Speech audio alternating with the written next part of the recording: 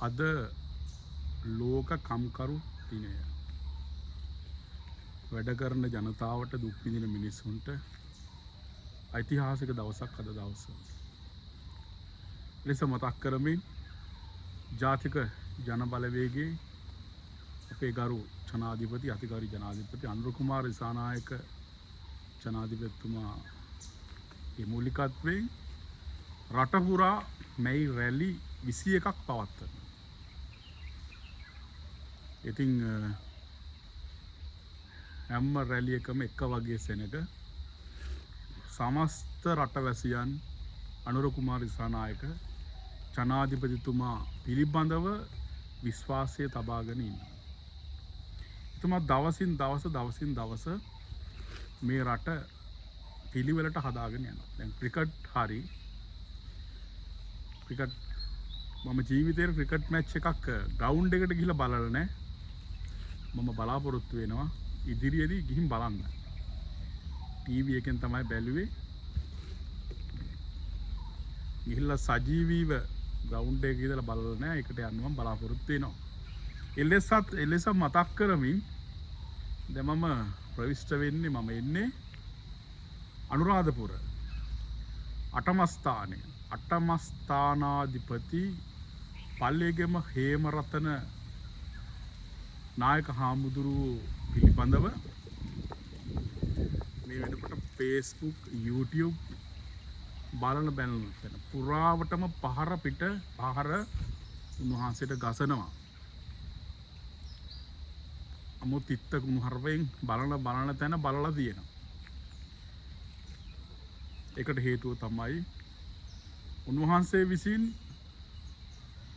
මීට වසර ගණනාවකට පෙර ආතුව එමයි සඳහන් වෙන්නේ අවුරුදු 15ක දියණියක් දරුවෙක් බරපතල විදියට ලිංගික අපචාර ලිංගික දූෂණය කරා කියන එක කෙලෙසුවා කියන එක තමයි තියෙන චෝදනාව. ඒ විදිහට තමයි මේ ළමයා කියලා තියෙන්නේ. ගම්පහ ප්‍රදේශයේ ලැබුම් හලක ඉන්නකොට තමන්ගේ ප්‍රේමවන්තයා සමග හසු වෙලා තියෙනවා. ඊට පස්සේ කියලා තියෙනවා ඉස්ලාම අටමස්ථානාධිපති දැන් ඉන්න අටමස්ථානාධිපති හාමුදුරුවෝ දූෂණය කළා. පසුව ඇගේ මව තවත් ව්‍යාපාරිකයෙකුට විකුණා. ඊළඟට දැන් මේ ප්‍රේමවන්තයා මේ විදිහට ප්‍රකාශ කරලා තියෙනවා. ඒක දැන් අධිකරණයේ විභාග වෙන නඩුවක්. වරදක් කරලා තියෙනවා නම් ඒක හේමරතන හාමුදුරුවෝද බුදුහාමුදුරුවෝද රාජාංගනේ හාමුදුරුවෝද ඒක අනිවාර්යයෙන්ම වැරදි කරු අධිකරණය මගින් මහේස්ත්‍රාත්තුමන් විසින් නඩුකාරතුමන් විසින් දඬුවම ලබා දෙයි. ඒක වළක්වන්න අපි කාටවත් බෑ. ඒක මහේස්ත්‍රාත්තුමා අතර තමයි ඒකේ තීරණය තියෙන්නේ. වැරදි කරලා නම්. හැබැයි තවම වැරදි කරුවෙක් කියලා අධිකරණය විසින් තීරණය දීලා නැහැ. එවැනි තත්වයක් මත උන්වහන්සේට තාම ද්වේෂ සහගතව නින්දිත විදියට තිරිසන් විදියට පහර ගහනවා. ඒක වැරදි. තවම අධිකරණයෙන් වැඩිකාරයෙක් වෙලා නැහැ. හැබැයි පහර ගහනවා. මම දන්නේ ඒ තරම් ඒ සමාජ කැළඹීමක් ඇති වෙලා තියෙන්නේ කියලා. අපේන් මේක සංවිධානාත්මකවම වෛරයක් තරහක් පරිමහන විදිහට තමයි මට පේන්නේ. ඉතින් වැරදි කරුව කවුරු වුණත් අපිට සුද්ධ කරන්න අවශ්‍ය නැහැ. ඒක රාජාංගනේ හාමුදුරුවෝද දෙක බුදුහාමුදුරුවෝද ඒක මොන කවුද වැරදි කරලා තියෙනවා නම් දඬුවම් විඳින්න ඕනේ. වරදේ ස්වභාවය දැනගන්නේ වැරදි කරන්නේ. ඒවල වැරදි කරුවට අධිකරණය මගින් දඬුවම් ලබා දී. හැබැයි මේ දවස් ටිකේම බලන්න ඔබ අහන්න දකින්න තියෙන දේවල්. හාමුදුරුවෝ කුස් ගේනවා, හැස් ගේනවා, කෝටි 110යි. ඊළඟට දැන් මේ ප්‍රශ්නේ එකක් යනකොට එකක් සියලුම ප්‍රශ්න හාමුදුරුවෝ රාජාංගනේ හාමුදුරුවෝ වෙච්ච මාවත් කුණුහරුපෙන් බැන්නා කියලා දේශපාලකයාට කුණුහරුපෙන් උගේ අම්මා මතක් කරලා බැන්න කියලා සහ හොර මෙරට කාපු ත්‍රාඩයින්ට බැන්න කියලා මගේ නිකායේ සමාජිකත්වය අහෝසි කරලා තියෙනවා. ඒකට කමක් නැහැ. හැබැයි මම කියනවා අපි ජනාධිපතිතුමාට කිව්වනේ මූ ආවොත් බුද්ධ ආගම ඉවරයි, පන්සල ඉවරයි, දහම් පාසල ඉවරයි, පහනක් පත්තු කරන්න බෑ, තොරණක් හදන්න බෑ, මිහින්තලයේ උත්සව නැහැ. එහෙමනේ කිව්වේ. හැබැයි දැන් දලදා මාලිගාවේ පෙරහැර තියෙනවා, ඊළඟට දලදා වහන්සේ ප්‍රදර්ශනය කරනවා, ඊළඟට ඇත්කන්දේ පෙරහැර ඉවරයි කිව්වා. මේ සියලු දේවල් හොඳට කරගෙන යනවා. ජනාධිපතිතුමා බුදුදහමට ආදරේ. ජනාධිපතිතුමා හාමුදුරුවරුන්ට ආදරේ. මමත් එහෙමයි. මමත් ඔය හාමුදුරුවරුන්ට පල්ලු යන්න බැන්නනේ. ඔබට මතක ඇති. මම තමයි කිව්වේ හොර තක්කඩි දේශපාලුවෝ දුස්සීල හාමුදුරුවරු රකින්න. දුස්සීල හාමුදුරුවරු ටික දේශපාලකයෝ රකින්න. උන් රකින්න මුන් රැකෙන දෙපැත්තම ආරක්ෂා වෙනවා. මම කිව්වද නැද්ද කිව්වා. වගේම බාල අපචාර අපරාධ හරි දැන් ඔය 11ක් මේ 22ක් අල්ලලා දිනවනේ හැස්කුස් කෙනල්ලා කියලා. ඔය හාමුදුරුවරුන්ගෙන් ඇහුවොත් එහෙම තොරතුරු කී දෙනෙක් නායකලට ගෙදර යන්න වෙයිද දන්නේ නැහැ. හරි? එහෙම තමයි මේ සංස්කෘතිය දේශපාලකයෝ හදලා තියෙන්නේ. ඕනේ නෑ පූජකයට ඕනේ නෑම අපරාධයක් කරන්න දීලා ඒක රැක්කේ දේශපාලකයා. දැන් එවැනි සංස්කෘතියක් අපේ රටේ නෑ. වැරදි කළොත් ඕනෑම කෙනෙක්ට දඬුවම් විදින සිද්ධ වෙනවා. ගොඩක් අයට මේ ජනාධිපති මේ ආණ්ඩුව ගෙදර යවා ගන්න ඕන ඒ නිසා. අනිත් එක තමයි හොඳට මතක තියාගන්න ශාසනය රකින්න ඕන නම් ශාසනයට ඇත්තටම ආදරේ නම් මීට වඩා වගකීමක් ඔය ගිහියෝ කරන්න ඕන.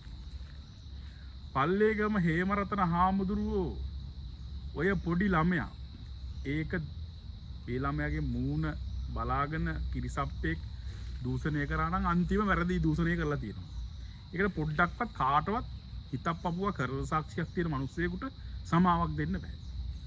හරි? තමන්ගේ මිනිපිරියගේ වගේ වයස තියෙන පොඩි ළමෙක් දූෂණය කරා නම් ඒක සම්පූර්ණ වැරදි. ඒ වගේම අම්මා කෙනෙක් තමන්ගේ කුසේ වදාපු දරුවා සල්ලි වලට තිනද මේක අරුම දෙයක් නෙමෙයි. සමහර ගෑනු ඉන්නවා වනචර වලත්ත මං කියන්නේ වේස ගෑනු කියලා. ඒක කිව්වහමත් අධිකරණයේද මුන්ට මම මොකද කියන්නේ? වනචර වේස ගෑනු.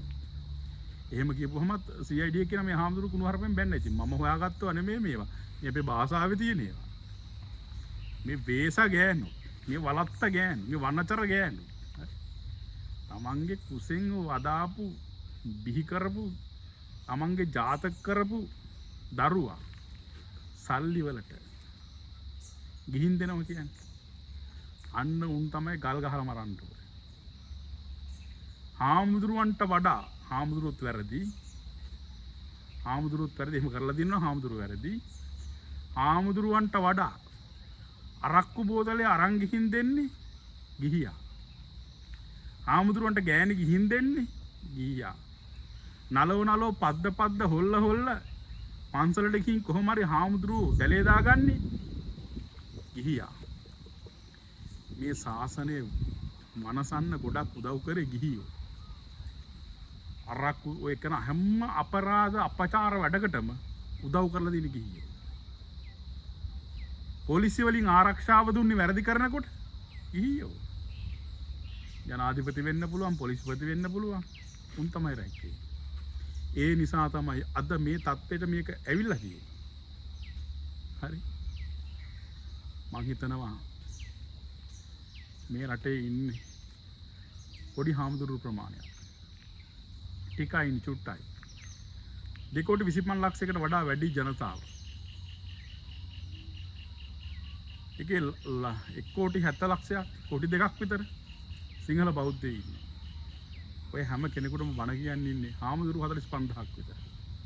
හාමුදුරුවෝ 50000ක් නේ රටේම බණ කියන්නේ. දවස ගානේ සිවුරු ඇරලා යනවා. ඇයි සිවුරු ඇරලා යන්නේ? ඒවට හේතු තියෙනවා. සමහර කමට දුප්පත් කමට නැති බැරි කමට අසරණ කමට වෙලා මහාන වෙනවා. මහාන වෙච්ච දවසේ නම් විවිධ හිංසා පීඩා. සමහර සංඝයා වහන්සේලා නායකයි කියාගත්තට මහාන කරපු ගෝලයාට සිවුරක් දෙන්නේ නැහැ. උන්ගේ පිරිකර ටිකේ ඉඳලා හොරා කනවා. ඔය කියන හොර ගෑනුන්ට අර මේ උන්ට දෙනවා. එවැනි දේවල් මේ සමාජය අනන්තවත් තියෙනවා. හරි? මේ මං කියන්නේ මේව ඔක්කොම හැදෙන්න ඕනේ. මේව නිවැරදි වෙන්න ඕනේ. දැන් සමාජයේ බුද්ධිමත්. අම්මා දේම දැන් ඉන්න අලුත් પરම්පරාවත් එක්ක හරි? අලුත් પરම්පරාවත් එක්ක මේවා හරන සෙල්ලම් බෑ. ඒ වගේ මම කියනවා මේ ඉන්න හැම හාමුදුරු කෙනෙක්ම ආරක්ෂා කරගන්න. අර හාමුදුරුවෝ 20 දෙනාම ගෙදර යවන එක නෙමෙයි කරන්න ඕනේ. දැක්ක ගංජා ගැහුවා. ගංජා ගැහුවේ කවුද? කොහොමද? ගංජා ගෙනත් දුන්නේ කවුද? ඒ හාමුදුරුවෝ එතනපත් උනේ කොහොමද? ශ්‍රද්ධාවෙන් පන්සලේ මහාන වෙලා බණ මඩුවේ බණ කියපු හාමුදුරුවෝ. ගංජා ගහන්න පුරුදු උනේ කොහොමද? සිගරට් එක බොන්න පුරුදු උනේ කොහොමද? අපරාධ අපචාර කරන්න පුරුදු උනේ කොහොමද? කවුද පුරුදු කරේ? උන්ට තමයි දඬුවම් දෙන්න ඕනේ. ඔය පන්සල් වල ඉන්න හාමුදුරුවන්ට පාඩුව ඉන්න දීපල්ලා. හරි? පන්සල් වල ඉන්න හාමුදුරුවන්ට පාඩුව ඉන්න දීපල්ලා. පල්ලේගම හේමරතන හාමුදුරුවෝ විශාල ශාසනික වැඩ කොටසක් කරා. සින්දු ලිව්වා. මේ කරුණාරත්න දියුල්ගෙන එහෙමත් කිව්වා. විශාල සින්දු ප්‍රමාණයක් ලියපු කෙනෙක්. උගතෙක්, රාජ්‍යයක්, දුගී මගී අහිංසක මිනිසුන්ට ගොඩාක් උදව් කරපු මිනිස්සෙක්.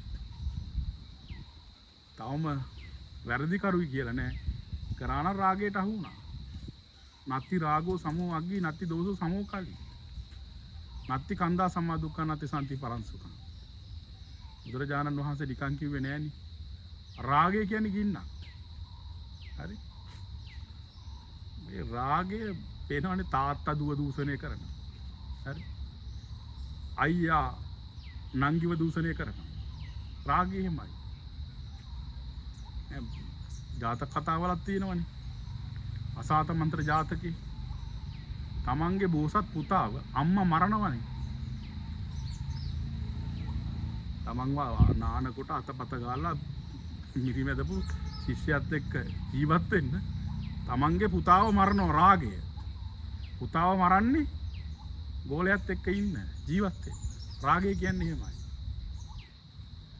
මාමණ්ඩි ලේලිව දූෂණය කරනවා. තමන්ගේ පුතාගේ ගෑණි.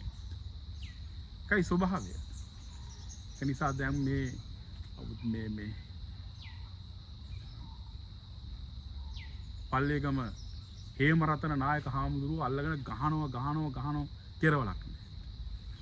මම දැනකො දැන් ඇති. දැන් උසාවියේ නඩුවක් යනවා. පොලිස්පතිතුමා ක්‍රියාත්මකයි. හරි? වැරදි කරුවෙක් නම් අනිවාර්යෙන් දඬුවම් ලැබේ. හැබැයි මම කියනවා මේ ශාසනයේ ඉන්න හැම හාමුදුරු කෙනෙක්ම ආරක්ෂා කරගන්න. හාමුදුරුවරුන්ටත් කියනවා ඔබ වහන්සේලා ඔය සෙල්ලම් කරන්නේ. තමන්ට කන්න දෙන, තමන්ට අඳින්න දෙන, තමන්ට පිරිකර ටික දෙන, තමන්ව ජීවත් කරවන, අසනීපයි කියනකොට ඉන්දියාවේ හරි පාකිස්තානේ හරි මොන රටකට හරි ගිහිල්ලා බෙහෙත් ටික අරන් දෙන. ඒ මිනිසුන්ගේ ගෑනුත් එක බුදියන එක දුවලත් එක බුදියන එක අන්තිම වරපතල වරදක්. මිනිස්සු පන්සලෙන් අයින් වුණොත්, මිනිස්සු ශාසනයෙන් අයින් වුණොත් ඔක්කොම ගෙදර. ඔක්කොම සෙල්ලම් ඉවරයි. දැන් වෙසක් පොයනවා, පොසොන් පොයනවා, ලක්ෂ ගාණක් වහන්සේලාගේ පින් කැට වලට හරි කීයක් හරි කොහෙන් හරි ලැබෙන්නේ. මිනිස්සු දකින්නේ ලෝකේ අවධානය යොමු වෙන්නේ ඒ වගේ. නිසා හැමෝම මීට වඩා සංවර වෙන්න ඕනේ. අනික තමන්ට ඉන්න බැරි නම් සිවුරේ. ගෑණියෙක් ඕනම නම් ඔය යන්නේ පිට රටවල තායිලන්තයෙන් අර ගිහපු හාමුදුරු තායිලන්තෙ ගිහිල්ලා සෙල්ලම් දාලා ඒ වටම කියන රටවල් තියෙනවනේ. ගැලපෙන වයසේ හරි ඕන කට්ටිය වට කැමති මිනිස්සු ඉන්නවනේ. ඒක ඕන විදිහට පදන් වෙලා කන්න ඕන නම් කාලා, බොන්න ඕන නම් බීලා. හරි? ඕන මගුලක් නටාගෙන මේ අපේ මිනිසුන්ගේ ශ්‍රද්ධාව බිඳෙන්නේ නැති විදිහට වැඩ කරොත් හොඳයි. ඕන නටුමක් රටා ගන්න. මොකද මම මේ කියන්නේ මටත් බයින්න පුළුවන් පළු යන්න. හරි? මට හුතර බයින්න පුළුවන්. මට මාව නිකායෙන් එලෙව්වා. උන්වරපෙන් බයිනවා කියලා. හැබැයි මම මේ ශාසනයට ආදරේ. මම මේ රටේ හාමුදුරුවන්ට මහානායක හාමුදුරුවන්ට බැන්නනම් ඒ බැන්නේ මෙන්න මේවා වළක්ව ගන්න. මේ වෙන සිදුවීම් වළක්ව ගන්න මිසක් උන්වරපෙන් දේශපාලකයන්ට බැන්නේ මේ රටට රටේ මිනිසුන්ට තියෙන අප්‍රමාණ ආදරය මිසක් නැතුව මේ කාත් එක්කවත් පුද්ගලික තරහක් නෑ. මොනවා ලබා ගන්නද මට? මොනවා ලැබෙනවද මට? හරි? කිසි දෙයක් ලැබෙන්නේ නෑ. ඒක නිසා මේ සියලු හාමුදුරුවෝ අපි ආරක්ෂා කරගන්න ඕනේ. ගිහියෝ දැනගන්න ඕනේ හාමුදුරු ටික රකින්න. තමන්ගේ ගෑණියවත් තමන්ගේ දුවවත් හාමුදුරුවන්ට දීලා පන්සලට මිනිස්සු පූජා කරන දෙයට පෙරේතකමේ කොයි අපායට යන්නද? හරි? මොන අපායට යන්නද? හාමුදුරු කියලා කියන්නේ ඉටිපන්දන් හඳුන් කූරු නෙමෙයි. හරි? හාමුදුරුන්ටත් නගිනවා. හරි? ඒ තමයි ඇත්ත. හාමුදුරුන්ටත් බැලෙනවා. මේවා මනසින් පාලනය කරගෙන ඉවසීමෙන් තමයි මේ ශාසනයේ ඉන්නේ. ඒක හරිම අමාරු රාජකාරියක්. ඒ නිසා තමයි මේ ಗುಣධර්ම වලට තමයි මිනිස්සු වඳින්නේ. අපිට වඩා වෙනස් මේ හාමුදුරුවෝ. හරි? ලාභය පිණිස මහාන වෙලත් නෙමෙයි අඤ්ඤාහි ලාභූ පනිස අඤ්ඤා නිබ්බාන ගාම. ලාභ ලැබීම එකක්, නිවන් දැකීම තව එකක්. ලාභයට හිජු වෙන්න හොඳ නැහැ ශාසනයේ ඉන්නකොට. ඉතින් මම මීට වඩා කතා කරන්න බලාපොරොත්තු නැහැ. දිගින් දිගටම පල්ලේගම හේමරතන හාමුදුරුවෝ විශාල වැඩ කොටසක් කරපු මිනිස්සෙක්. දැන් මේ වරද කරාද නොකරාද කියන තාම දන්නේ නැහැ. ඉතින් එහෙම වුණා නම් රාගයට හසු වෙලා ඒවා උසාවියේ තීරණය කරයි වැරදි නම් දෙන්න ඕන දඬුවම. අපිට කරන්න දෙයක් නැහැ. තමන් කරපු පාප කර්ම වලට තමන්ට විපාක ඉදින්න සිද්ධ වෙනවා. මිනිසුන්ගේ ශ්‍රද්ධාව වටිනවා. මිනිසුන්ගේ ශ්‍රද්ධාව නැති වුණොත් සියල්ල ඉවරයි. වෙසක් කාලේ එනවා, පොසොන් කාලේ එනවා. හරි? ඉතින් මේ දවස් ටිකේම බලන තැන බෞද්ධ භික්ෂුන් වහන්සේලා ජාත්‍යන්තර වශයෙන්ුත් මේවා ප්‍රසිද්ධ වෙලා. හරිද? රාජාංගනී හාමුදුරුවෝ කුණුහරුප වගේ නෙමෙයි මේවා. ඊට වඩා බරපතල කේස්. හරි? ප්‍රශ්න. ඉතින් මේවා ආරක්ෂා කරගන්න ඕනේ. හැබැයි අර අහිංසක දැරිය හරි පව් ඇත්තට මේ ළමයා ඒ දෙමව්පියන්ට තමයි හෙන ගහන්න ඕනේ. ඒ ළමයාට කරපු අපරාධයට සල්ලි වලට අර හාමුදුරුවන්ට එහෙම කරා නම් හරි තාම චෝදනාවක් විතරයි. කරා නම් උන් දෙන්නට තමයි හෙන ගහන්න. උන් තමයි උන් කෑලි වලට කපන්න. දැඩි දඬුවම් දෙන්න ඕනේ. එවුන් දෙන්න දෙමව්පියෝ දෙන්න. මට එහෙම කියන්න සිද්ධ වෙනවා. හරි දෙමව්පියන්ට තමයි දැඩි දඬුවම් දෙන්න ඕනේ. හරිද? ඒ වගේම හාමුදුරුවොත් එවැනි බලු වැඩක් කරා නම් අන්තිම වැරදි. ආයේ කිසිම ඒක හොදන්නවත් රකින්නවත් දෙයක් නැහැ. ඒවට අවශ්‍ය කරන දේවල් එහෙන් ලැබෙයි. ඉතින් මේ පූජනීය අටමස්ථානාධිපති මෙහෙම කිව්වා මහත් ලෝකයක් කම්පාවටපත් වෙනවා.